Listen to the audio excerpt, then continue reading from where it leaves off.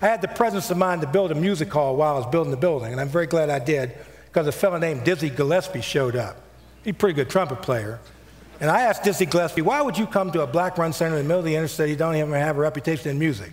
He said, Billy Taylor told me a black guy built it, and I didn't believe him. Wanted to see for myself. And you're too young to appreciate what you've done here, but I'm not, and you ought to build one of these centers in every city in America, and I'm going to help you do it. I said, well, man, you came here. He said, no, I'm going to allow you to record the concert. I'm going to give you the rights to the music, which he did.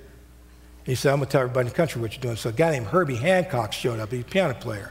And says, Dizzy, talking about you, man.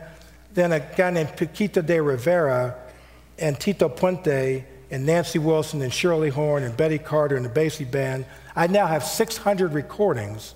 Have y'all ever heard of something called the Grammy Awards? Well, we've won 4. We have the highest win rate of any record company in the world in that center in a black neighborhood.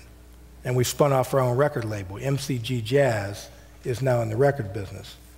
And this was the second CD that we recorded with Nancy Wilson, where she has won 2 Grammys with us. She recorded with RCA for 20 years, won 1. Recorded with us 3 albums, won 2. So we're in the record business big time. And it's worked out all right. Now, if you'd have dropped the bomb on that, if you'd have dropped the bomb in that room, you'd have wiped out all the money in Pennsylvania, because it was all sitting there on opening night, including my mother and father, who are now deceased. They're in the 3rd row. But they lived long enough to see their kid build this center in the neighborhood and open it up black tie.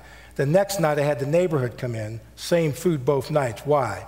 Because I wanted to establish the principle that you don't have to have a tuxedo on to be treated like a world-class citizen.